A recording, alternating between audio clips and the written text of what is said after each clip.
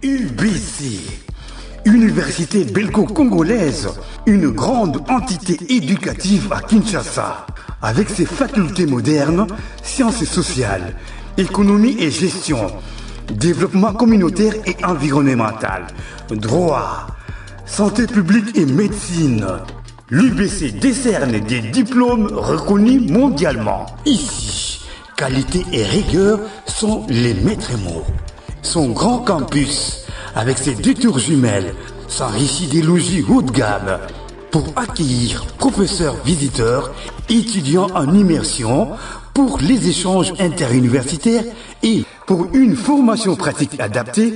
UBC met à disposition une ferme agro-industrielle, une bibliothèque pluridisciplinaire, une salle d'informatique à la pointe du numérique, un cabinet d'assistance juridique, un hôpital doté d'un laboratoire d'analyse médicale, une télévision moderne et bien équipée. En partenariat avec des institutions internationales, l'UBC octroie des bourses à ses lauréats et assure le suivi du cursus du 3e cycle en l'étranger. Nous sommes sur Louosi, numéro 11 à 13, en face du Carrefour des Jeunes. Téléphone plus 243 816 000 634. UBC, une œuvre signée ambassadeur Mathieu Mobindi.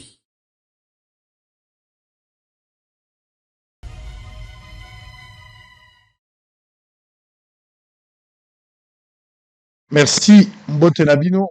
Bon après-midi chez vous, 15 heures passées de 15 minutes. Merci encore une fois, mesdames et messieurs, pour la confiance et la fidélité. Nous débutons ce programme avec un grand retard. Ne nous en tenez pas rigueur. Nous n'allons pas rester longtemps dans les verbiages. On va aller à l'essentiel et puis à la moulalité. Nous allons rester concis et précis.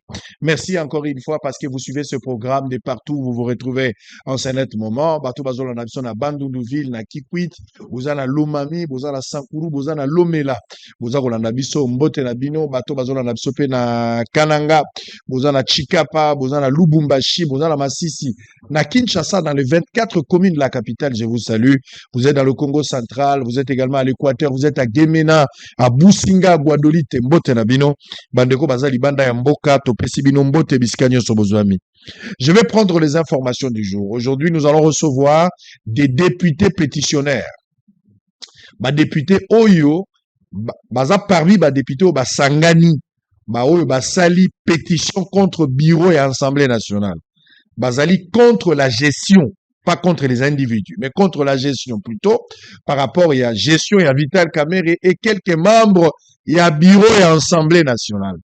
Lélo, ko motiver, ko éclairer opinion, ko faire ça plus de précision et de la lumière par rapport à cette démarche. Vous vous souviendrez que la semaine où Tozali, Touyambaki, un député national, honorable Ladi, Yango Tikala, qui était notre invité, Yé azali contre cette pétition. Pour naye, bazali na raison mon côté à koko isa Vital Kamerhe. Na biro naye parce que bazali ko sala malamu apesa ki ba raison naye. Boyoka ki yango. L'honnêteté intellectuelle m'oblige en tant que journaliste. Na pesa bango pe maloba. Pour na yoka pe bango. Bino pe boyoka to équilibré. Pourquoi balingi Vital Kamerhe alongwa na Assemblée nationale? Pourquoi balingi bureau ekweya? Nous allons poser des questions. Tukuyoka yango, c'est la raison de cette mission cet après-midi. Je rappelle qu'il est 15h17, soit 1 heure de plus. On parlera de 16h17 à Lubumbashi et dans d'autres coins du pays. Je vais commencer avec les informations du jour. Je vais donner aussi quelques éléments de plus par rapport à ces dossiers de l'aéroport. Un sabotage aux allures d'un attentat contre le chef de l'État.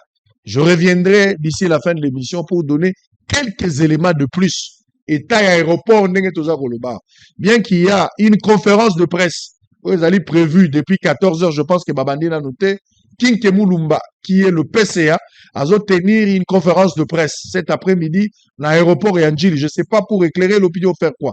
J'ai des éléments, je suis encore ici pour ajouter quelques éléments pour compléter la mise au point d'hier. Mesdames et messieurs, ne ratez pas.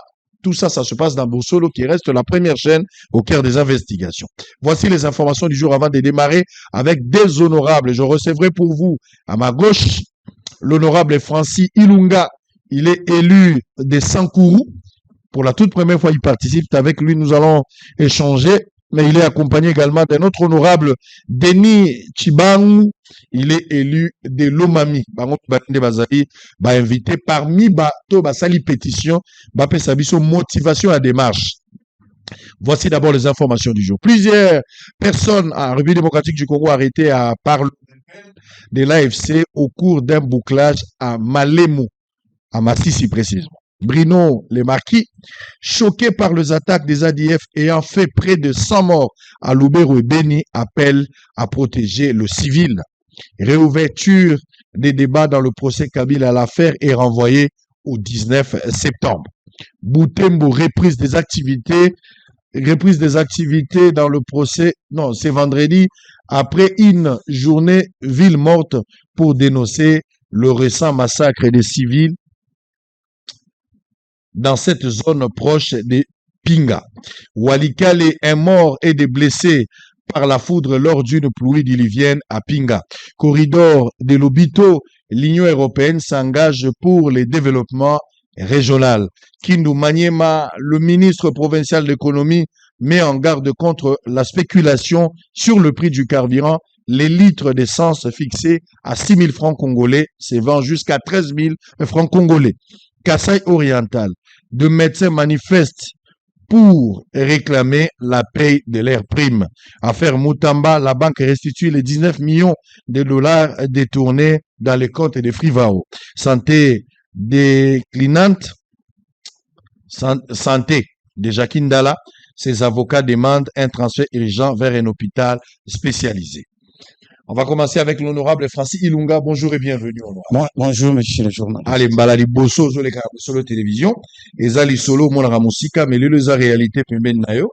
Ozayo Mokote, je vais revenir tout à l'heure. Honorable Denis Chibangu, Eli de Lomami. Bonjour et bienvenue. Bonjour, Sango. Allez, Toukutani Lelo. D'abord, Bosso, le programme, Bosa, Balandinaro, Monara Moussika, pour la toute première fois vous participez. Ma impression à Yozani. Impression nanga ezali kitoko makasi parce que na landaka yo de fond en comble. Musala uza kusali lekolo batielaka moto fololo kaka soki akufite sepela to Tiago Fololo et Rosanna Bomoy. Continuez à servir la nation congolaise. Est-ce que l'honorable nation est très reconnaissante? Merci beaucoup. Vous partagez. Sangonga na sepeli mingi na ndenge na ye na plateau na lelo na mona ka batna musika. Naza penda na posa na ya me lelo nzambe ya pesinga gibaku na ye na plateau na yo en tout cas esengo makasi ponanga. Très bien. Merci beaucoup. Alors Bozan a vacances parlementaires, vacances en aussi là déjà mon dimanche. Parce que lundi, des besoins de la session parlementaire pour Fongola Sika. Bonne vacances, l'équipe malade. Vacances nangai l'équipe malade. Na utaki lo mami. Vacances nangai l'équipe malade. Pour nini? Nazalaka soki nake na vacances nazala na makoki oyo nakenda kapo na sunga na encadrer ba électeur nanga. Na mbala oyo nakendeki penda presque main vite. Alors, obombaki malamu te. Na bombaki te ezalinde conséquence ya makambo assemblée nationale ndenge ezoleka gestion et permetaki ki nazala ndenge nazala kati. Très bien, on va en parler tout à l'heure. Batalo mami to pesi binombote mais bandeko ya Sankuru pe bazolanda yo. Vacances parlementaires et komi na suka. Vacances parlementaires ya toro tata sango na kité vu que naza kusala misale bele kuna construire stade municipal ko lutter contre l'érosion ko ils ont même entrepôt na port yonatra l'unique port to zanango kuna na sala nyonso kosomba plus de 50 filles à carburant kotinda pona kolite je crois que bilili ekopesa melayo pour nous mona yango makoki ya kozala te pona zala sur terrain mais sinon nous sommes en train de faire l'essentiel conformément na vision ya tata Mokonzi Kolo. Très bien, merci beaucoup. Alors tokotana na mama la likambo yo bino boyeli ya onga na bengaki parce que na besoin na yo kabino le fait que toyoka kindeko mususu député to ngaki peto kabino pour que baimboka la population dans son ensemble ba kwa comprendre de quoi il s'agit. Pour rappel toyambaki député à lakisi ba motivation aux autres bino. On vous accuse de beaucoup de choses.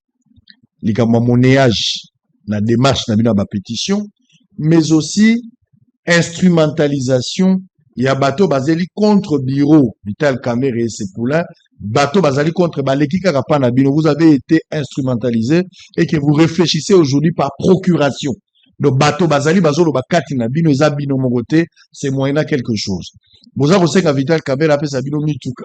Mituka Vital Kamerhe akozwa yango wapi?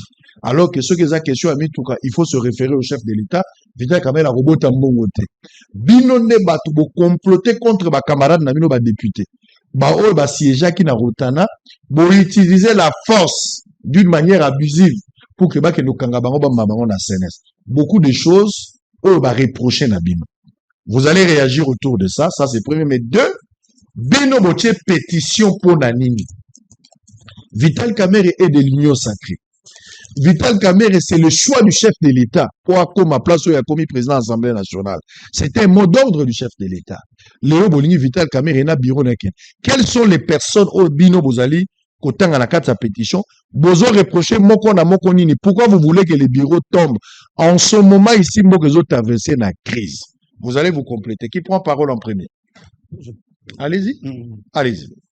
Merci mingi ndeko sangu na metuna na yo ezali esengo mingi eza kosala pasi pe somo ndenge ndeko oyo nazali kopesa limema mingi honorable député alobi ke toza instrumentalisé non na age oyo biso toza ba ponami ya mboka ndenge nini tokondima tozala instrumentalisé. Ça c'est une mauvaise herméneutique, peut-être ezali supercherie orchestrée pour la raison de la cause ya ezali ko kaka imoko oyo moto alobelaki yango na yebi yango, mais ça ne nous concerne pas parce que tozali ba responsable et ba ponami eroza mo ponami pona ko représenter population.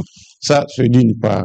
Kolobano tolingi kolungola bureau ya tata honorable président Vital Kamerhe tant que président d'Atina qui est Nasala qui Azalawana ainsi de suite. Biso toza ko boyate président azali haute autorité de notre famille politique dont tozali ko pesa linyemia mingi. Mais na likambo oyo eza kotala tata na biso mokonzi ekolote oyebi ki yata démocrate akota kana makambo ana te parce que likambo ezali ya crise ni interinstitutionnelle ni crise institutionnelle te ezali likambo ya gestion oyo ezali opaque dotation oyo bazali kotinda na assemblée pote assemblée et ba ko futa ba député et ba pe ko zwa soins médicaux na bango et ba ko zwa soins médicaux ya ba descendants na bango ainsi de suite toza komona ngo clarté yo ko yibisa ngande ko sang ngai député ndenge nazali boy na yebaka te ke président nanga afuta maka combien te membre du bureau afuta maka combien te rapport financier oyo zako ndenge moko na règlement intérieur ndenge zako loba chaque fait ya session esengeli to zala to landa rapport financier ya dotation au gouvernement atako tinela biso. Plus grave encore, bazali ko tachete que gouvernement neza ko bloquer makambo lokuta gouvernement o eza dirigé et pas ma soumine eza gouvernement eza ko mettre à l'aise institution ezali ko tinda dotation nata utile ta gouvernement zata na nyungu moko te o italemi ensemble, c'est-à-dire koloba keno tolingi ko s'apprendre na honorable Vital Kamerhe pour intérêt ya ko bien moto moko ayini non c'est un para c'est nené tozana estime mais awa tozali ko attaquer personnalité ya Vital Kamerhe tozali ko attaquer des fonctions parce que gestion na ye ezali mabe ndo yoki na yebisi yo yo zali mopanzisa ngo ko yeba li futu ya président ya assemblée ngana yebite ngana zana kati ya chambre wana moment oyo bakabola ki rapport financier moto moko apesa ki rapport te basali ka économie ndenge wana d'une façon précipitante aller ba soumettre en avant comme état légaliste un juriste na ngai ko adopter loko ndenge wana te na s'abstenir. Voilà premier point. Gestion est-ce que oui l'opacité et la gestion OK Nandimi opacité à gestion calamiteuse tout ce que vous voulez. Deuxième point. Il y a deuxième point. Au lobby salaire et chef de l'État. Salaire et chef de l'État. Un soko tali na budget, je crois que comment nango. C'est quoi ya caméra na budget zate? Et le budget ngo kozwa ngondengini. Okozwa ngona na kopesa yo. Rapport financier na kopesa yo. Donc vous avez accès na ba document wana te. Mais naza ko yebise en dehors yanga o nga naza ko simba. $4,800 na éviter que bureau eza ko fonctionner n'engénité yango nde tolobi non ça c'est une nouvelle classe politique, c'est une classe politique montante et sengeli toyeba qu'est-ce qui se passe parce que ngana kolanda un peu ba étude nikini kuna kokuta ke à l'époque ba étudiant bazali kolia chaque 12 heures et chaque 18 heures baza kolia ofele comme ça mais mikolo yo ba nyonso bazali koya okolia eloko ofele kuna te yango biso ba tozali koya to ba to yesika essayer to tirer au clair parce que ngana sali ba recherche nanga Nathalie président assemblée à France afuta ma combien il y a Belgique afuta ma combien mais oyo tozali koyoka selo ba rimerao mais ça énerve na ba rumeur boyo ba président bazo combien na ba rumeur quand ngo za koyoka wana ndeto yoke yango yo ebiango bien mais ngai comme légaliste natikali kozala en possession ya document pona koyeba teke aza kofuta ma combien aza kosala Vital Kamerhe crée des zones d'ombre autour même il y a rémunération là. Je vous dis que c'est gravissime tozali ko tirer au clarté. Ça, c'est le premier point. Okay. Où ils allaient opacité et la gestion de la chose publique. Okay. Deuxième point. Honorable Vital Kamerhe a instauré une mauvaise doctrine. Doctrine, a instauré une doctrine sélective. C'est-à-dire, c'est seulement un groupe de 20 ou 25 députés, peut-être où il y a peut-être outi na parti na épée oyo baza ba pirier baza soki 25 ou 30 si j'ai une bonne mémoire bangonde bazali ba bénéficiaire ya makambo nyonso okuta ba mission ezaka bango okuta un député à ça voyager plus de 10 missions à ça effectuer plus de 10 missions mais ba mosusu ata mochité osa koyoka que c'est une mauvaise doctrine que nous sommes obligés de démanteler. Ça c'est une obligatoriété pour nous mais la procédure que nous avons amorcée, aujourd'hui les lois et pétitions, ce n'est rien qu'une mise en cause. C'est-à-dire,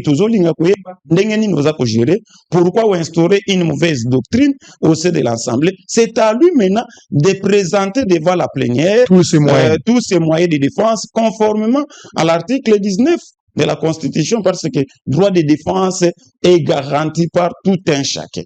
Ça, c'était le deuxième point. Troisième point. Kobanda ndenge tozali boy tozala kana structure sanitaire te ba pona ndenge ozomona biso boy ezali kaka chacun pour soi Dieu pour tous mais tozali kotsala un peu ba comparation na ba législature mosusu okuta structure sanitaire ezali ndenge moko règlement intérieur na biso ezoloba na article peut-être 149 ndenge ezakoloba pote et c'est que à la structure sanitaire où ils allaient au Béli ok aux Suisses moi na Béli moi ça Béli c'est tout à fait normal mais tous à la ganangote zaka chacun pour soi Dieu pour tous wana ils allaient pour ya misato je crois que quatrième point non la la kayo mingi na sepela ka ndenge na zolo babo na za ko flatter ote mais mon naka musala penzo zo sala l'école musala ya boani olubaka vraiment sans complaisance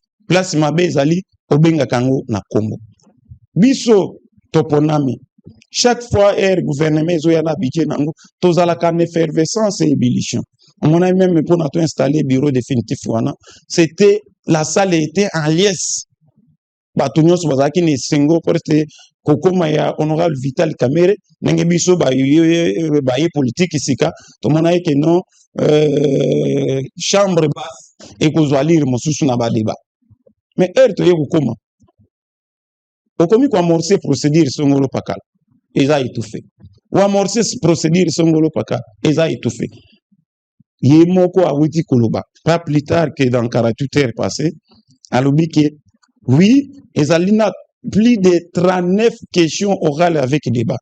Oh, bah, député, bah, déposer. Question orale avec débat, ce n'est pas une procédure de sanction, mais chez Sang. Et ça procédure à sanctionner, membre du gouvernement, question orale avec débat, et ça demande d'explication. Il y a qu'à, Tomoni et Sika Songolo, n'enge exemple, pas na coule. Parce que il y a coule, na cité portuaire, Au Kuta, un particulier, où il y a biloko ya l'État, port ya Onatra ya l'État port wana ezali à peu près 1 km². Azui 56 blocs ya l'État ya patrimoine ya Onatra. Moto azui yango aza ko gérer ba maswa nyonso ezosala costage mbongo ezokende na trésor public ete mais mbongo wana ezokende na poche ya moto. Mais ok vacances parlementaires, la notabilité, chef de secteur, na ba nyonso ba yebisi yoke awa toza komona makambo clarté balongoli chef d'agence et comme un individu qui gère moyena likambo aboye na tout na DG ya Onatra pote na yeba qu'est-ce qu'il ne voit pas pote eloko oyo bana kozala gérer et pas un particulier un individu mais ozo bloquer eloko ya motindo wana. Est-ce que tolingi mboko solo 38 questions orales avec débat ya honorable député déclaré recevable. Ce qu'on peut permettre tout un article 180. Allez-y. Article 180 ya règlement intérieur ezolobana ozana kati awaporte bato baleki makambo ya lokuta bakolinga kokosela biso makambo ezali na plastique. Article 180. Les députés qui désirent poser une question orale ou écrite au gouvernement ou à ses membres, aux entreprises publiques, aux établissements et services publics ou à leurs gestionnaires, déposent les textes au bureau de l'Assemblée nationale qui, après en avoir vérifié la recevabilité, les transmet acquis des droits dans les délais de 4 jours à compter de son dépôt.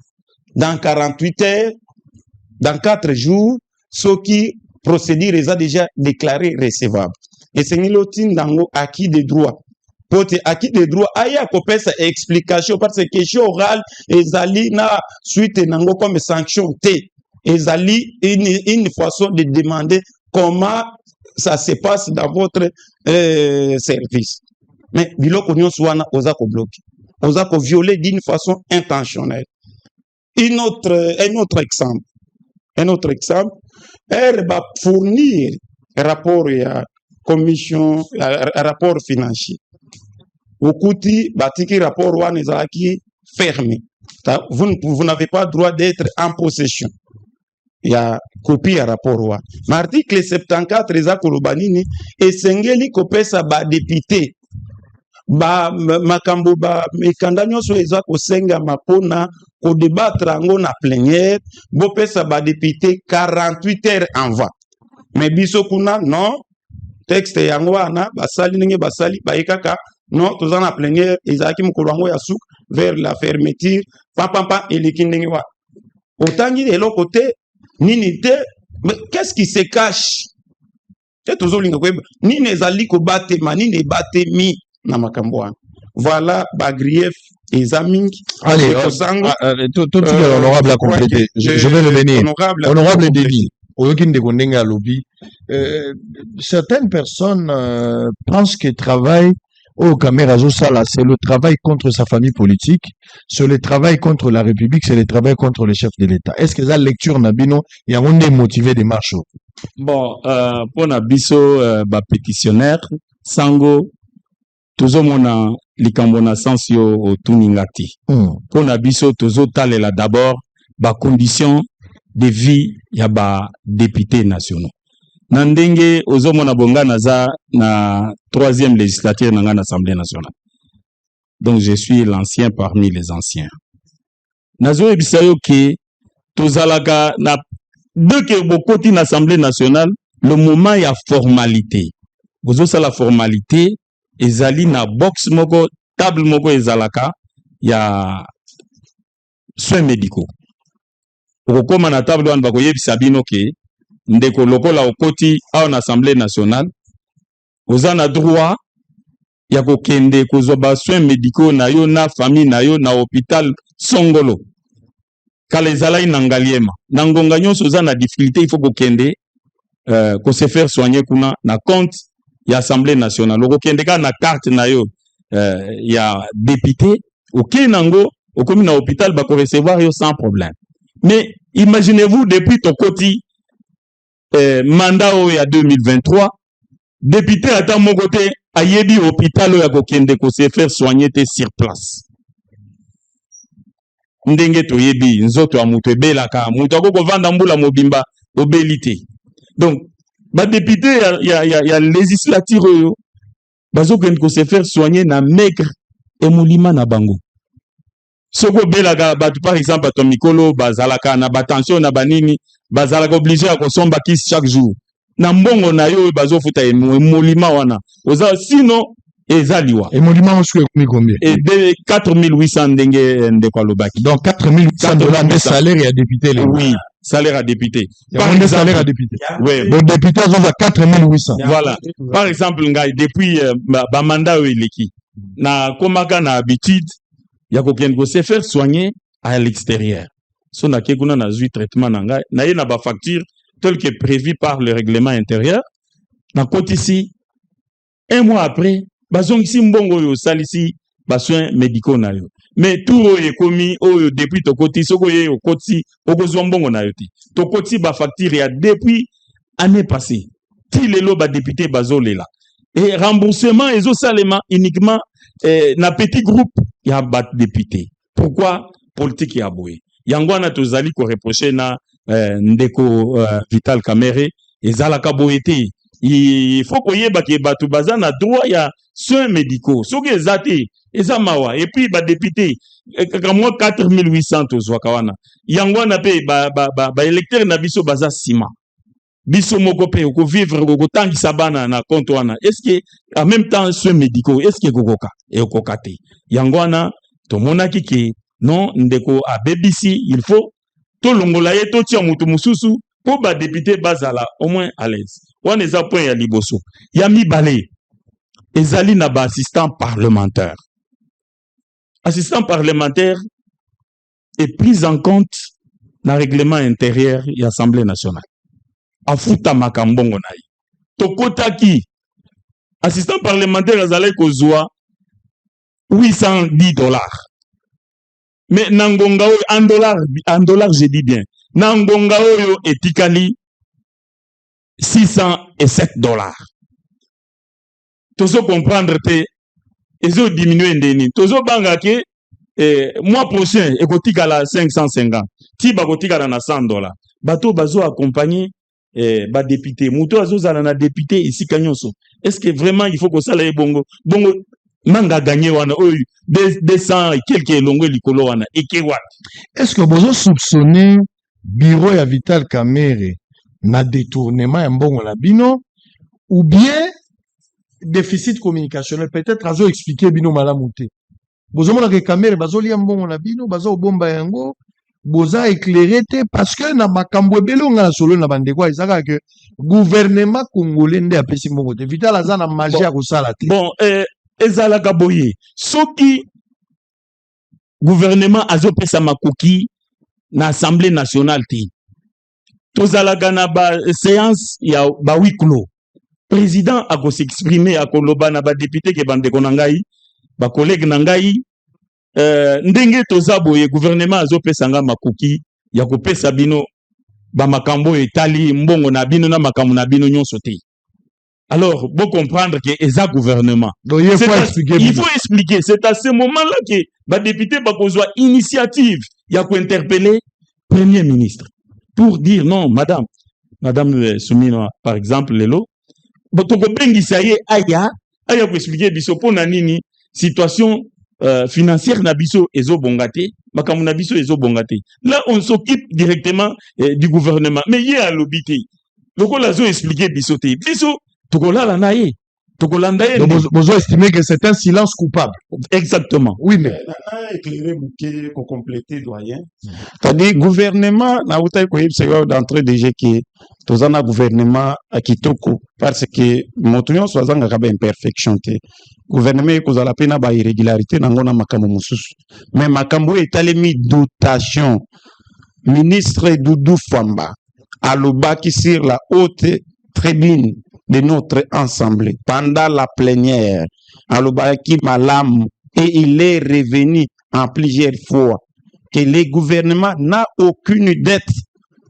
Tadi ndenge tozolo baburundi ko sango tadi gouvernement ezali ko ça l'effort pote kokokisa ndenge ekomami na budget kotinda mbongo ya assemblée nationale na ba institution mosusu entre autres cours constitutionnels ainsi de suite dans l'état utile. C'est-à-dire que le gouvernement n'a pas bloqué lokuta. Problème ezo yande na gestion interne. Gestion interne des ali malamu te. Na likambo termine ya dotation vraiment le gouvernement n'a aucune faute, je dis bien, n'a aucune faute, n'a aucune erreur. Voilà. Ça c'est dans la responsabilité par rapport à la gestion, par rapport à cette histoire, il y a la rémunération, on a bino ba émolument. Donc, awa bozo laver contre tout soupçon le gouvernement. Donc, le gouvernement n'est pour rien. Mais le gouvernement n'est pour rien parce que ndenge de quoi lobby. Un lobby na plénière. Ministre de la Finance a lobaki que je n'ai pas de litige avec l'Assemblée nationale. Tant que le ministre de la Finance a lobby bongo. Qui l'avait contredit? Personne ne l'avait contredit. Kamer était là. Azala qui est dans diriger l'Assemblée. Azala na Assemblée nationale en présence il y a président Vital Kamer. Soki a lobby azana élément nouveau. Aya to sala un débat contradictoire. Abimisa d'abord senga rapport financier wan au bon à total ke nani azofuta makua et quoi. Yango ne Bible ezolobani. Oza sango na moni ndenge awa nazomona ba chapelet ainsi de suite. En tout cas naza ko sepela mingi oza sango za kamoto apolele polele. Bible lobini envoie olungola poso ya itabi poso ya nguba o ezali na liso ya moninga lungola nano eteni anzeto ezai pa na yo biso envoie to takine gouvernement ou envoie to le bano gouvernement gère tout ceci cela mais biso moko d'abord to prouver de quoi nous sommes capables de vérifier notre gestion. Mais quand notre gestion est opaque, moi député nazoeba sur les 40 milliards où ezali net dotation assemblée naza koyeba ndenge ezali kolikate. Pourriez-vous me dire quoi? Alors, qu'est-ce que nous pouvons alors informer à ce peuple? Et Singeli n'a pas payé nyonso moderne, Makambo ezala, Vital Kamerhe ezala pour l'élé na mesa. Vous reprochez à Vital Kamerhe la gestion opaque, l'opacité de sa gestion, une gestion calamiteuse. Il crée lui-même des zones d'ombre. On croit ce que vous venez de dire, il crée une doctrine sélective. Une doctrine sélective. Vital Kamerhe yemo a créé mutenaye, Batoubaye Bate, il se comporte un peu en gang. Donc, voilà, moi, Pomba. Il n'y a rien dedans. Donc, Kamerhe ne veut pas s'expliquer. Il ne veut pas non plus donner de l'éclairage par rapport à toutes ces accusations. Exactement. Croyant que le gouvernement était pour quelque chose, mais ici, vous venez de certifier que le gouvernement, par l'entremise du ministre des Finances, en pleine session, a signifié que le gouvernement a redevable été. Il n'a aucune dette pour le moment. Donc, Vital Kamerhe cache des choses. Bien sûr. Où ils vont mettre à mal fonctionnement et Assemblée nationale et avec les députés en question. Exactement. En plus, si je vais compléter quelque chose. Procédure auto-attamée et à pétition. Comment met l'article 27 de la Constitution et comment met l'article 31 de notre règlement intérieur. Ce n'est qu'une mise en cause. Mais c'est à lui il y a ko expliquer nenga zrai ko zwata ya ko expliquer biso na tango tozaki na besoin te na tango esenga maki expliquer biso azaki na besoin wana te. Maintenant tozolinga population congolaise balanda de quoi nous reprochons Vital, honorable Vital Kamerhe, notre président, il peut se justifier. Parce que la plénière n'a pas été officielle, et les publics, tout ce qu'on peu boussolo na politique mukulangwana, et en direct parce que batobaza kulanda pe boussolo, ming na kati ya ekolo na biso démocratique. Allez-y. Sango, ezali na likambo mususu ezali très simple. Na bureau et assemblée nationale. Assistant parlementaire, il faut azala na carte. Pour tango tindi quelque part, akendo ozwa document, akendo déposer correspondance, il faudrait assez qu'azala na carte na ye na maboko à se présenter que assistant parlementaire d'un tel. Ti tokoti lelo toza déjà na deuxième année aussi là. Assistant parlementaire aza na carte te, aza pe nommé te, tel que prévu par les dispositions pertinentes du règlement intérieur de l'Assemblée nationale. Et le Tolongwe wana. groupe parlementaire eza na ba bureau wana ezwaka kamwa dotation ya fonctionnement ya bureau ya groupe parlementaire na fonctionnement ya bureau ya commission permanente tosali presque 10 mois mbongo ebimaka te eloko ebimaka te bapesaka eloko te tozotuna explication ata moko eza te cependant que ministre ya finance azo clamer au effort que aza na nyongo na assemblée nationale te tolongo wana lisusu ezali likambo ya ba ancien député honoraire bato basalelaki mboka quand même bao baza à partir ya 55 ans bazwaka otobengaka sesopa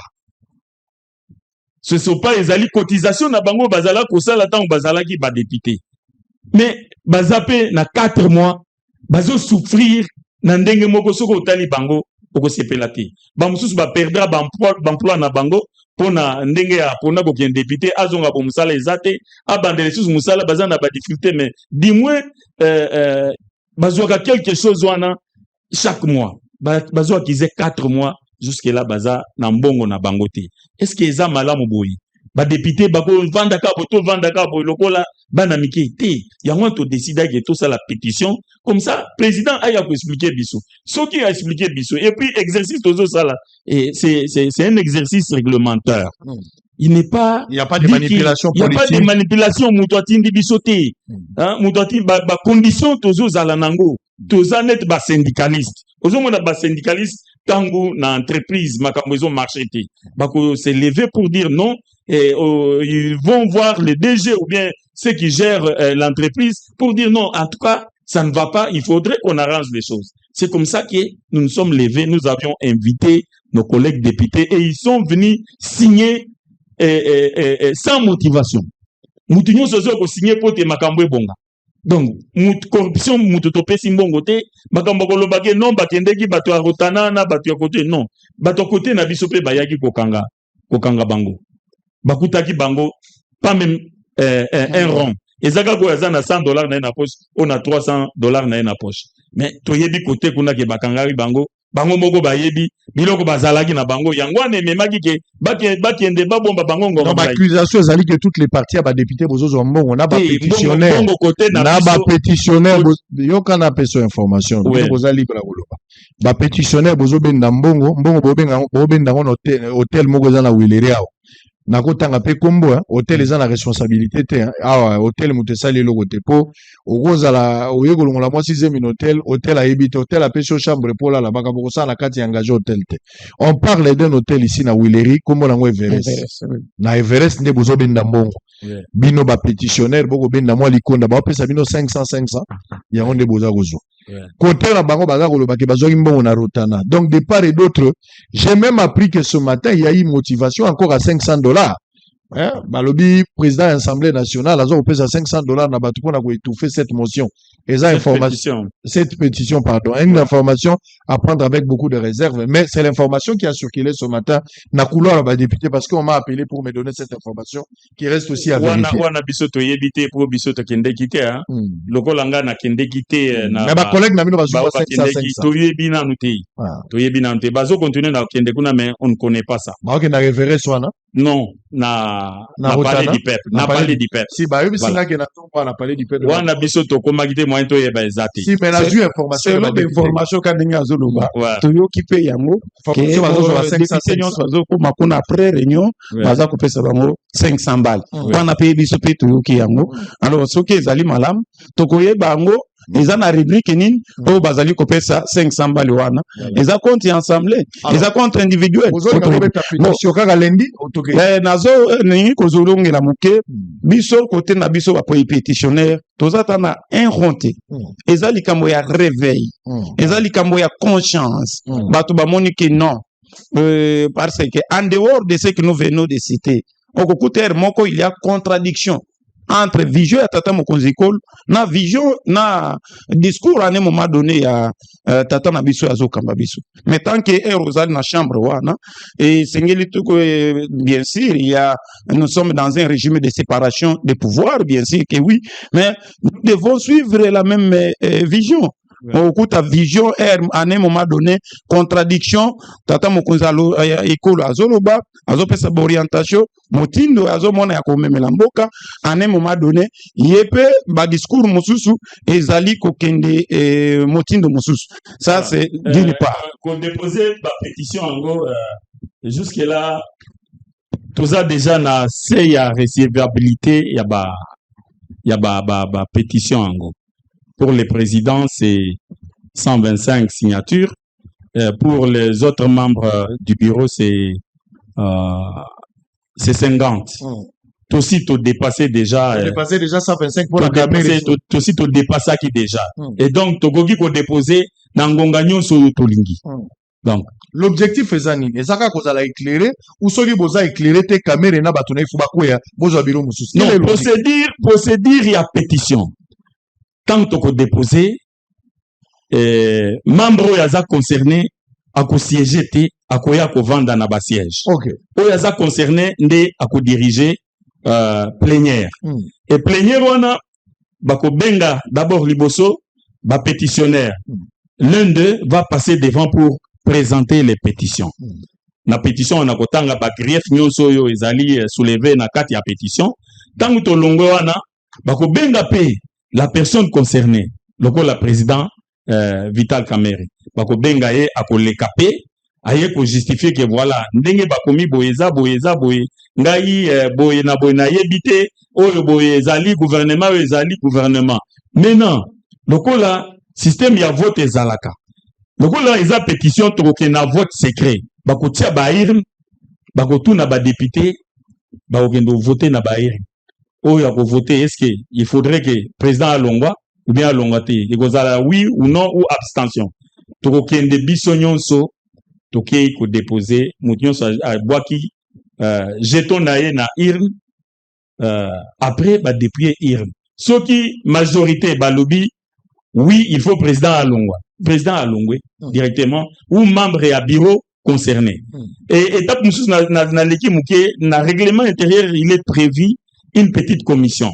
Chaque groupe parlementaire a désigné un député, a kende, après dépôt il y a ba pétition, la commission, analyser ba pétition si réellement ba signature est conforme, si réellement les pétitions réunissent les seuils de recevabilité ou pas. Après, tu continues to gagner vote. Si tu gagnes vote, majorité voté que non, Tolingi, président Vital Kamerhe Atikali, naïe a continué Moussala. Et c'est comme ça. Très bien. Ouf!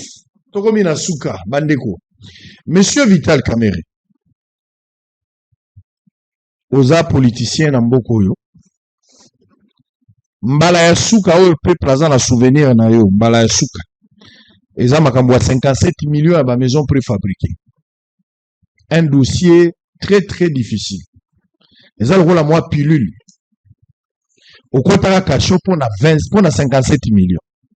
Bah, Sambisa, on a dossier à 57 millions, monsieur Vital Kamerhe. Toyebi histoire, ya ba Jamal, ya ba biloko tout. Babimisa yo na cacho. Justice est jugée. Bah, rendre verdict, n'a pas habité, aux alliés à quitter. Ici, ce n'est pas l'occasion à côté, mais la décision est justice. Parce que la justice, il y a un bon canabiso. Et mon avis, après l'accusation, vous n'êtes pas pour quelque chose. Tant mieux. On est la justice. Mais au moins, la verbe est le cicatrice, elles ont un rapport mingi mingi bakate la ngolo kolo. Na verbe est le bagape, na zandwa confiance, bakota rambale belete. Sur les choses, on confiance, mon salé la rambale belé. Conseiller sa confiance, te pose l'idée que tu côté que le stock nous soit confiance. Malgré l'acquittement, le peuple est divisé dans l'acquittement. Il y a des personnes qui croient que oui, la justice a fait le travail, tant mieux. Mais malgré l'acquittement, si on a une vérité, pour d'abord, les 57 millions, ça passe pas. Parce que ma maison préfabriquée, mon anati. Monsieur Kangama na Dar es Salaam, ngamoko na kendaka na Lobito, ngamoko na kendaka na Mbujipai, ngamoko na kendaka na Mweneditu. Je suis le seul journaliste qui est arrivé là-bas. Je détiens tous les éléments dans la boîte. Donc, libération na yo, il y a des personnes pour na bango là effectivement qu'on a qui a quitté parce que c'est une décision en justice. Nous ne pouvons pas contredire cette décision. Mais il y a des personnes pour la bango malgré ba quitter yo bango ba libératé. Vous ne pouvez pas aussi les refuser, c'est de leur droit. Pour la bango ba mona kaka, les arrivent arrangement politique, bazalo on a porté à 57 millions. Obima Malamoko, si Malango comme ministre de l'économie et puis le comme président de l'Assemblée nationale. Magamonyo so baza ko reprocher you. Ezaka ba présomption. Parce qu'il faut d'abord ba yokayo. On ne peut pas dire ici que oui, eza est solo. Bandeko bazali na ba constat. Bandeko bazali na ba élément où ils ont prouvé que ba beto pétition. Sikoyo, il faut débat et fongwama pour prouver innocence na yo que vous n'êtes pas pour quelque chose.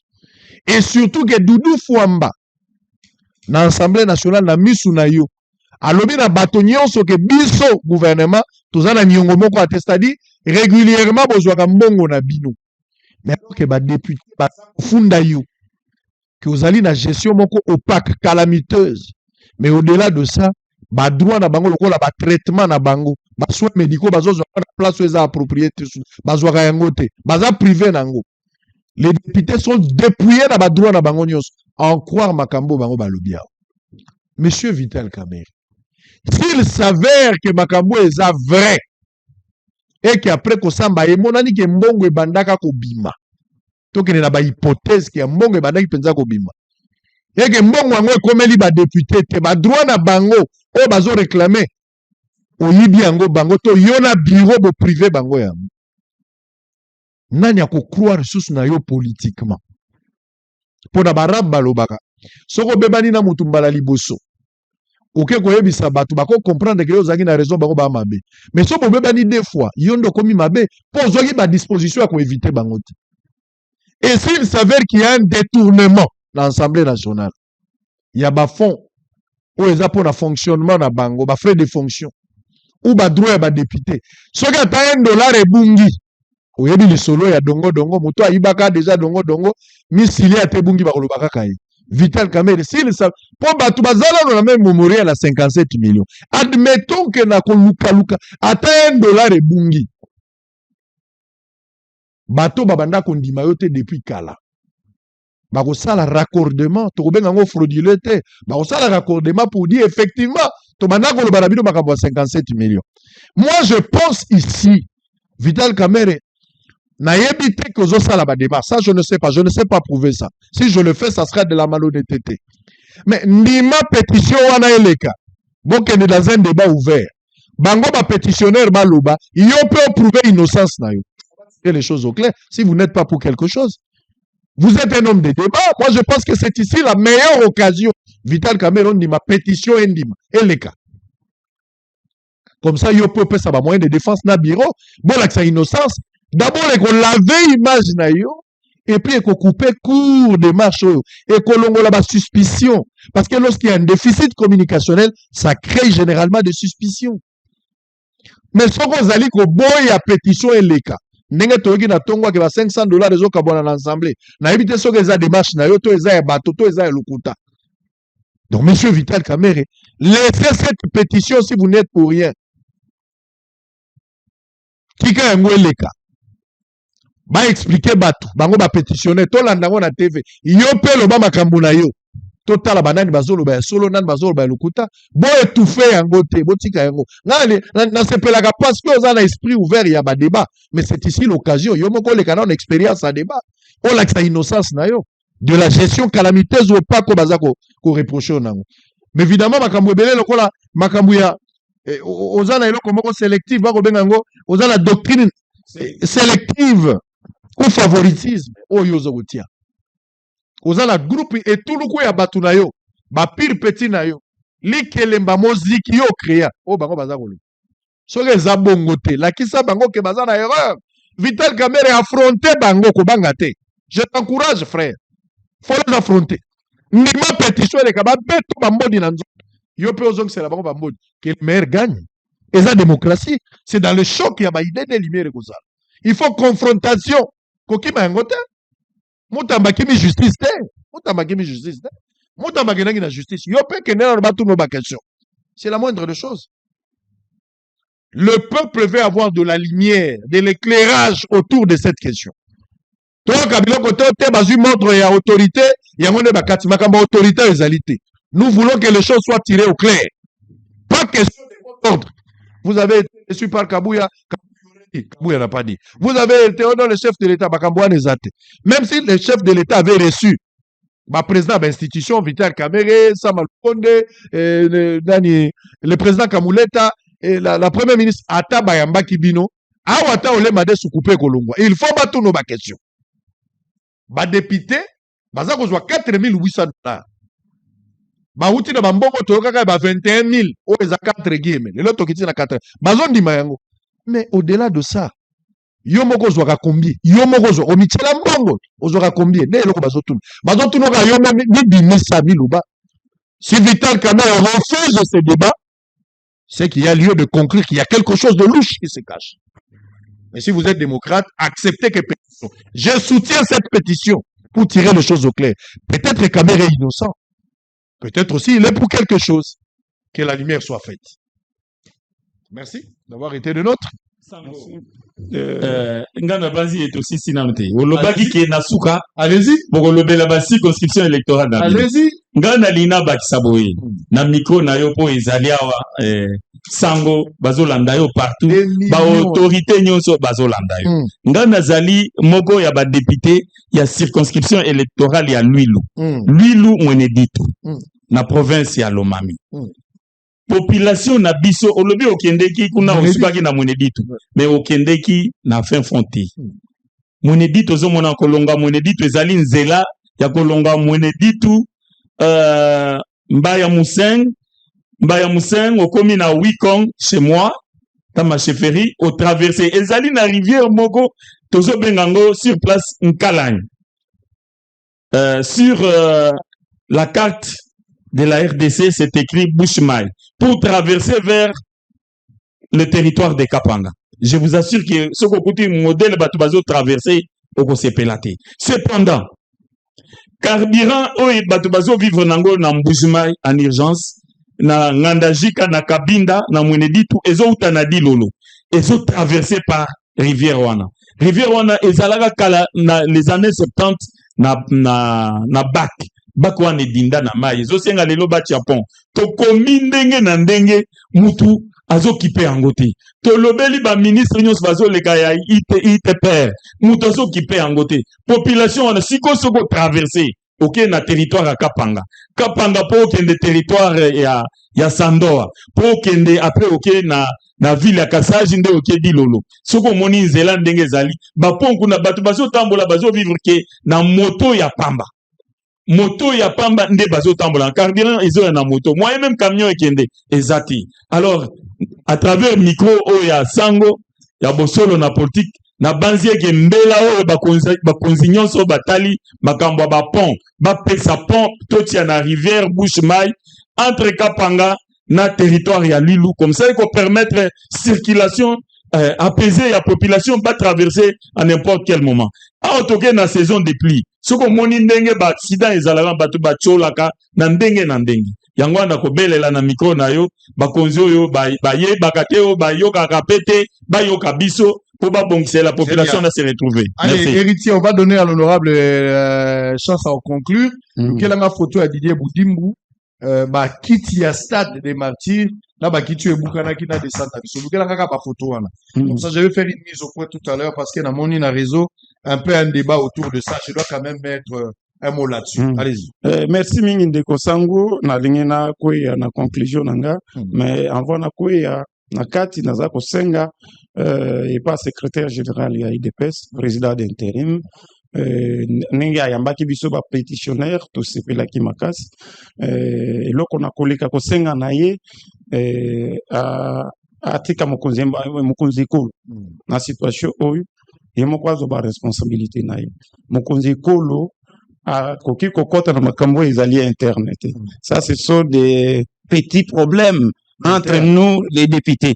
Alors ce qui biso moko to moniki kuki moto yo ndenge aza sous le coup de la pétition à se justifier malamu te akende ce qui biso moko to moniki oui à convaincre biso ça va mais likambo ngana kosenga vraiment et pas inaye te to tia tata mokonzi ekolo na kati ya makambo te parce que et pas pe ba mosusu o bazolo bano kolongola président et assemblée ta o tozali na guerre ta o tozabo non assemblée za une institution guerre mokonzi ekolo aza kolala pongi te aza kosala manso mayepote bitumba esuka na este alors cela n'est pas dit que tozala na favoritisme ya ke non bato bazali kosala mabe alors esengeli bapesa discours ke mpona toza na eleko ya bitumba non na eleko ya bitumba gestion mpe esengeli ezala surveille mpona kosukisa naloba mpe na circonscription mpona kosukisa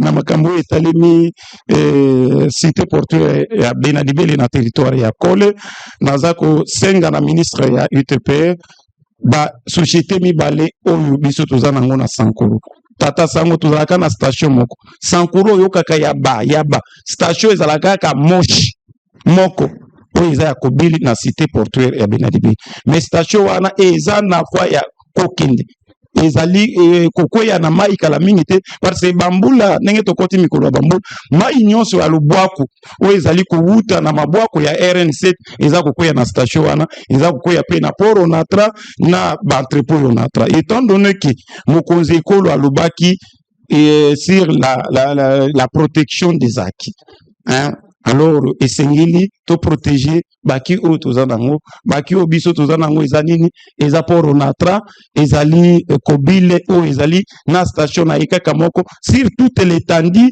de la province de Sankuru boyokaka ya batel station moko ezali ko fonctionner te ezali ko kende kokoya na lobwaku ministre ya ITP prenez votre destin en main pona kosukisa RN7 l'unique route où eza kosala fierté à Sankuru il y a po moko s'effondrer place wana po ngokombo yengela ngai moko comme moponami na préfinancer ko déplacer ba matériaux ya po wana ba matériaux ya construction na memi yango na futi mbongo nanga na masuwa po te balungola po wana awo ekomati na circonscription électorale na ngai po ekomi mais maintenant là ekomi likambo ya kokende ko jeter po wana na place oyo bato bazokoka kotambola te RN7 oyo eza ko fournir Lodja, Chumbe, Katakokombe, Lomela, mais pont ezali te tant que ba territoire mosusu nyonso eza ko dépendre na pont Onatra o ezali na cité portuaire ya Benadibeli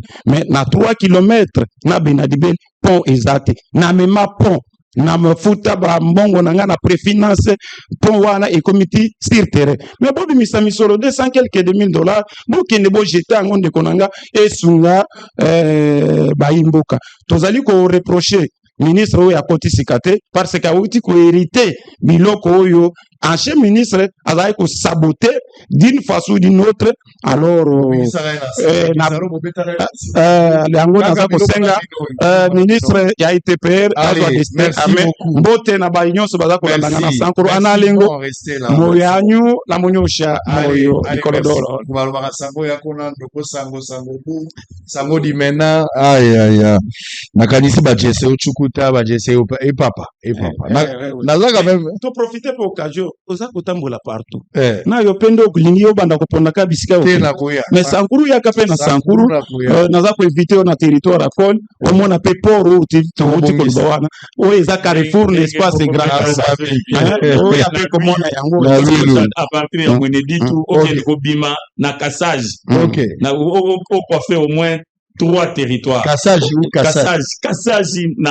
na Lualaba na Lualaba c'est comme Kassage oui so Kassage comme Sando ouais Sando amena na katika territoire ya Sando Kapanga na kuma pe Kapa Luilu juste mwenedi to mona ndenge bato baza na kati wana population ndenge za enclavé ndenge zo mona passe très bien na kuma pe Kapanga ouais na komi mwa mutetela ndenge nazo koma na tokendeka na Sankuru Lomela Sankuru eza na centre ya Congo nyonso tokena nyonso ane pa baloko na Lusambo. Et pas ba héros tout ça. Bon melanga kombo boche bobe zanga ata umeunga. Bo misanga ata sango umeunga bi ata jamba. Ata uchoma mpita unyambo Ata masongo. ata masongo. bo melanga kombo Mama di kondo. ata oleko koto ochelanga kaka. Très bien. Ata mende bo bambanga kombo.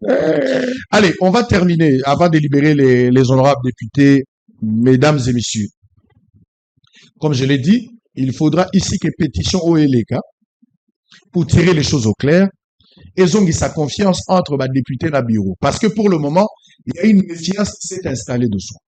Cette méfiance, c'est à l'origine, il y a Bango Bazak ou accusé Kamer et bureau, na Makamuzuzu, et Bango Bazo Mona que démarche na Bango, et démarche moko suicidaire. Alors, Nani Azolo Basolo na Azolo. Nous ne voulons pas ici l'ingérence chef de l'État na ba cuisine za interne. Mokonzi Ambo Kazana makambo ebele, makambo C'est démocrate à Makamwana. tolingi chef de l'État te na kati ya makambo Assemblée nationale. Botika chef de l'État, azala makambo na ebele, botika ena, azala makambo ebele. Assemblée nationale, bo gérer yango. Biso peuple batu topesaki ba député mandat, tolingi to mona clair sur cette question. Est-ce que ba yibi yoyo ya bana ko ba yibi yoyo ya ba député te? Nous voulons tirer les choses au clair. Donc, Vital Kamerhe, président de l'Assemblée nationale, acceptez avec votre bureau pétition aux accepté. Mais ce que nous te demandons, de ne pas être agité si tel est le cas. Mais si tel est le cas, aux démocrates, Ndima est le cas. Bobé Tarabambo dit tirer les choses au clair.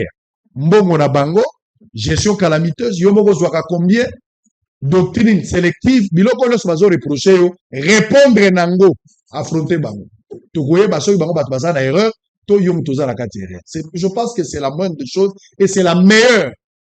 Il y a approche au Bourgogne ça pour tirer les choses au clair. Aux a intérêt à kondima débat wana souvenir au batubaza nango. Au batubalo bakama 57 millions. Na bateau ba croire na yote. Pour ça la bateau ba croire kana yo que vous avez été innocenté et puis vous allez acquitter. Et surtout que ça d'histoire d'étudiant à justice, ngai nazo s'incliner. Le coup la juriste aussi, je m'incline. Ayo quoi. Décision à justice to kokota na katité. Mais France la bateau bandima ka yote. Prouver bango innocence na yo sur la likambo. Pour prouver tes zones d'ombre, c'est comme s'il y a quelque chose. Et surtout, ce qui est arrivé, que ce soit détourné, mais comme il confirmé, et vous allez dramatique. Je prie que ça la kawanate. Comme ça, au moins, ça va. Et c'est la seule manière à vous qui m'a un débat contradictoire. Bon, que non, la pétition, on a moins débat et vous savez. Didier Boudimou. Attendez, cher honorable. Didier Boudimou. Nazaragi na stade. Makambo bale beti bato ebele balobi. Je pense que tozonga lelo ate na makambo itali match. Toyebi déjà toza na rencontre Tobeta na Togo, je pense Tobeta les 6 et puis toi la rencontre soit retour au Tobeta na ba Soudanais pe ozala. Je n'entre pas dans ces débats là. Mais likambo ya bakiti na moni na réseaux sociaux bato ebele baza kolobela mambo bakiti batali déjà ba prix. Ba bakiti wana o marque ba tient na stade déjà ba $7. Ba biso balobi bakiti wana za ba $6.5 ba pesi na ba maison place à Osomba. Je voulais apaiser la population congolaise. Nangela kitisamite ma ya supporters. Didier Boudimbu, ministre ya sport. Bakiti bakosomba yango te. Mboka na biso ezala bakiti. Mokonzi mboka somba déjà bakiti ya réserve izali. Donc bakinois, bakongolais en général, boye bakiti bakosomba yango te. Bakiti wana ezali en réserve na réserve. Donc, bazo zwaka bakiti ya réserve, baza ko remplacer na ba plus bakiti bukani. Donc, toyo kate na matoyi ke basombi kiti. Donc, na linga na peser bino d'abord que bakosomba bakiti te bakiti ya réserve ezali. Je vous donne des informations vérifiables. Boyebi ke soki sango alobi se ke zandea. Sango akosaka te o sango akobandea. Donc, bakiti ya Stade des Martyrs, bakosomba te muto abanda ozela copie ya $7 ya $6 eza luvunu ekosomba mate. Stade des Martyrs, ministère ya sport, bazali na bakiti ya réserve, o mokonzi ya mboka sombaki. Donc ba ko remplacer bakiti wana na place ebuka. Donc débat ya kotia ba prix ezali te, laissez ministre Boudimbu en paix. Laissez Boudimbu en paix. Na makambo ya bakiti, Boudimbu akobimisa $1 te. Mbongo ekobima te parce que bakiti ya réserve ezali. Peut-être bakofuta bato yo baye kosala musala. Bato bako fixer bakiti nde bako futa bango, ce qui est logique. Mais prix ya kiti o bopandi na réseaux sociaux, botika bakiti ezali, parole ya sango, soki sango alobi sango akosaka te. likambo ya aéroport pour terminer. Conférence de presse moko ezosala malelo Kinke Mulumba PCA mutaza kosala yango pour éclairer je ne sais pas. Na sepeli na ba service parce que j'ai appris na ba voya ba réseau que ba interpeller DG ya RVA oyo alingaka sala faux fouillant. Il voulait se cacher derrière lettre ya suspension ya commandant ya RVA. Ezalaki kokima c'est un faux fouillant. Il voulait se justifier. DG wana bato baza kotuna déjà RVA uti wapi. Déjà RVA azalaki kaka mwana ya RVA. Azalaki selon ba information. Azalaki chef du bureau. Ba manœuvre salami, je ne sais pas. Est-ce que azalaki na parrain politique? Est-ce que azalaki na recommandation? Balongoli en place azalaki a commis DG mbala moko. Le chef du bureau a commis DG ya RVA. Yende muto bomonaki na Lualaba. Aza kosala discours. Tango ba conférence ba gouverneur ezalaki, si j'ai bonne mémoire, boyebi makambo alobaki, aza ko mélanger ake na gauche na droite, bato ba yebi te nazo pesa bino ba référence peut-être beaucoup se souvenir na. Déjà RVA. Ce que vous devez retenir dans cet aéroport, pour tozolo ba po ba bongisa. Tozolo ba te po na koteka image ya mabe ya mboka. Mais c'est une honte. Voilà pourquoi tozolo bango pe na lingala. Pour que biso moko na mboka toyoka yango ba bongisa. Bandeko na ngai. Aéroport ya Njili, lobi na kataka émission na kanda na boyaki koloba. Mais ba élément à compléter, bon retenir que lelo ndenge za bon aéroport ya Njili, soki pese ya Kinke Mulumba yebi yango te je l'informe. Mais ba passager nyoso ba yebi. Boyebi soki to komi biso nyoso na aéroport ya Njili balobaka les passagers en destination de sonorisation wana ekufa elobaka lisute. Boza na aéroport bozo vérifier bo confirmer makambo na zone. Il y a plus de sonorisation à l'aéroport. Si vous êtes passager, vous avez voyagé. Au sali ba checking, pokende, bazoya ko benga batu lokola zandu. Batu, o baza ko sala vol, ba ko benga batu lokola ba receveur. Batu Ethiopian boya. Air France, Air Nabiru ekoki, ba ko benga ngona munuku. Sonorisation ekufi. Sous la gestion ya DG o ya zasiko. Sonorisation ezo sala te. Mais azali DG, la sonorisation est opérationnelle. DG o. La sonorisation est opérationnelle tena et so ken aéroport oza ko voyager so ko sali un aéroport international o ko rater vol bazoya ko belela batu lokola ba receveur pusala pembeni RVA eza ko benga bino siko Ethiopian e bandi bazo benga na munoko ngai moko na leki ba benga biso na munoko. Deuxième élément,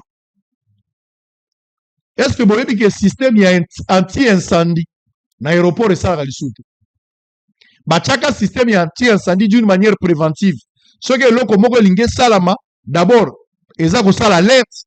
Bokoyo ka moi signal les obeta papa esili, si manango bachape système ya bamai na modulaire pour que koka ko banda ko bomba moto avant babituka incendie. Mituka incendie l'état sombaki.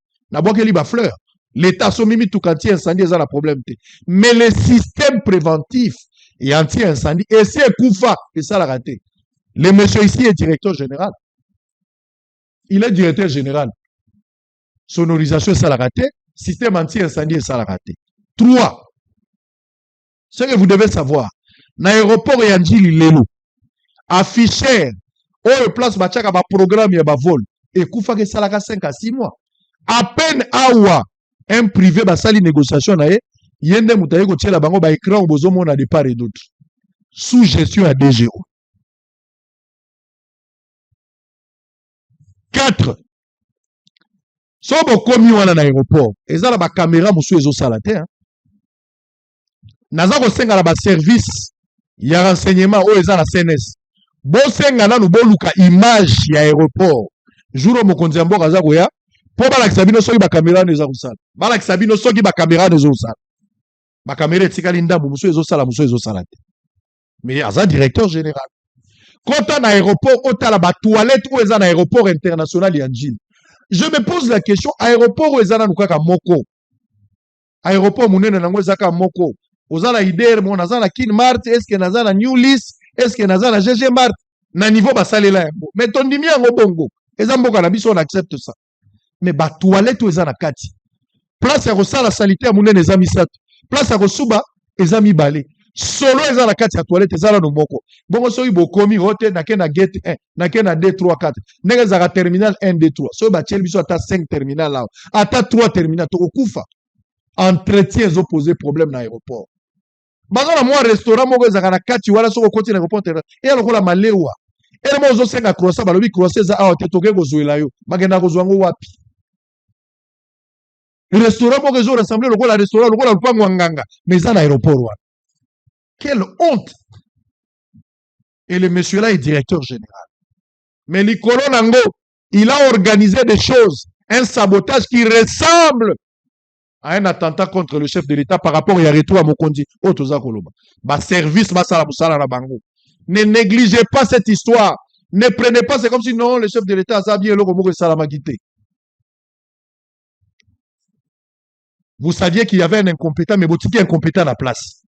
Vous saviez que boza na minute on est tozolo babu aéroport ya Njili SNEL azagi na problème te boyoki DG a SNEL a sali communiquer la SNEL a la kisi na communiquer batikali ko kata courant na rayon wana batika SNEL a sali communiquer na sala communiquer na communiquer SNEL na zolo ba makambo imaginaire te SNEL a sali communiquer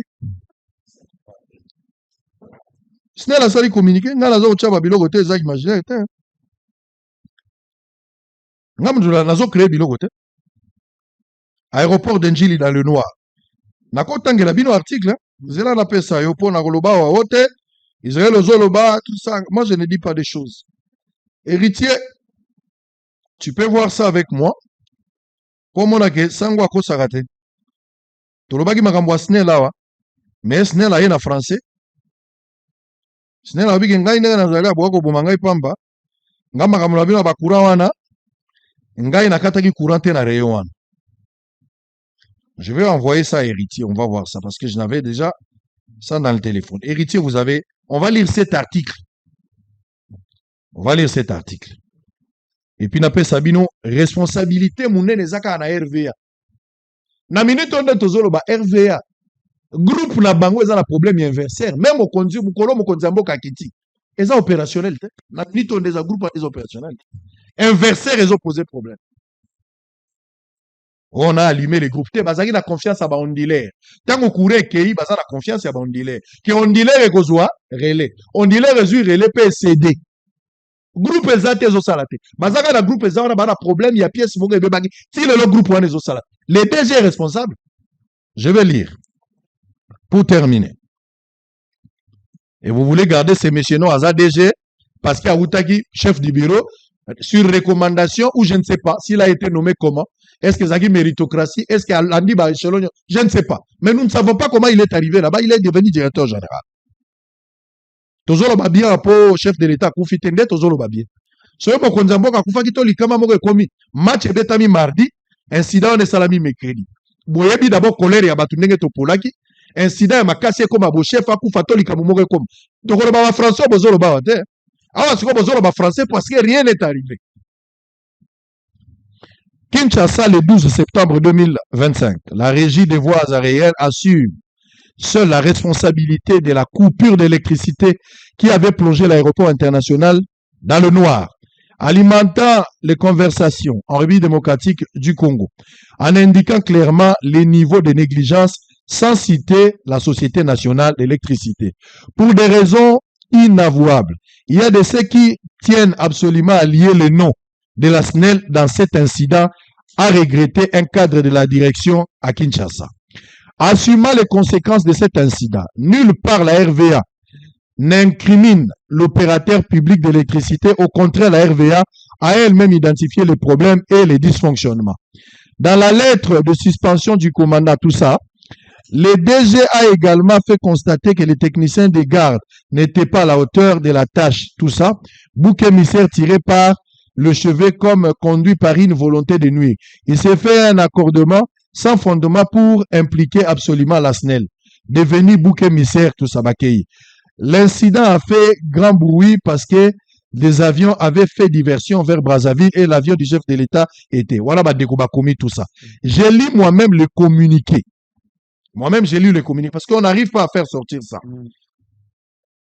Nous sommes trahis par la technique. Fallait nacher la bino et mobile. Vous allez voir ça. Ezobimawate. La SNEL que nous avons contacté a boyi responsabilité avec courant na rayon na biso tokati courant. Faut bangonde ba expliquer. Déjà RVA il faut expliquer biso. Sengela ya ko expliquer ensemble. Botuna kaka botama wapi tata na enani mama na enani akomaka wana ne a expliquer. Tozolo ba Français ou bien pour chef de l'état za vivant. Tout à fait. Likame comité. Soki likame komaki aveille na veille soki le lendemain to uti ko perdre match to ba Français tozolo ba. Aza garant un bon fonctionnement. Les institutions eza kotambola. Nous ne voulons pas de bêtises. Celui qui a commis des actes doit répondre. Et la responsabilité, il faut être là. Même s'il faut appeler Bemba pour lui poser des questions, appelez Bemba, posez-lui des questions. Même Bemba, il faut lui poser des questions sur les impossibles. Il faut tourner des questions. Aza ministre, Mokonzi Mboka Bimi, Bozuye charge. Pourquoi garde républicaine a failli la mission a été? Pourquoi ANER a failli la mission a été? Pourquoi Demi a failli la mission a été? Pourquoi DGM a failli la mission?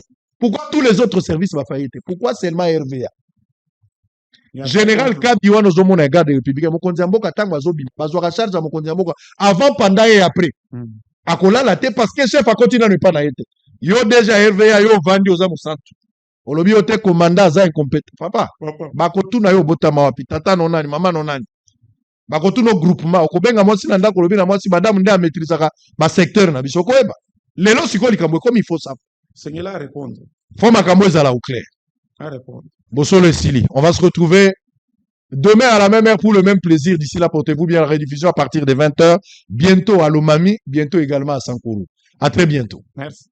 UBC, Université belgo-congolaise, une grande entité éducative à Kinshasa, avec ses facultés modernes, sciences sociales, économie et gestion, développement communautaire et environnemental, droit, santé publique et médecine. L'UBC décerne des diplômes reconnus mondialement. Ici, qualité et rigueur sont les maîtres mots. Son grand campus, avec ses 2 tours jumelles, s'enrichit des logis haut de gamme pour accueillir professeurs visiteurs, étudiants en immersion, pour les échanges interuniversitaires et pour une formation pratique adaptée, UBC met à disposition une ferme agro-industrielle, une bibliothèque pluridisciplinaire, une salle d'informatique à la pointe du numérique, un cabinet d'assistance juridique, un hôpital doté d'un laboratoire d'analyse médicale, une télévision moderne et bien équipée. En partenariat avec des institutions internationales, l'UBC octroie des bourses à ses lauréats et assure le suivi du cursus du 3e cycle en l'étranger. Nous sommes sur Louosi, numéro 11 à 13, en face du Carrefour des Jeunes. Téléphone plus 243 816 000 634. UBC, une œuvre signée ambassadeur Mathieu Mobindi.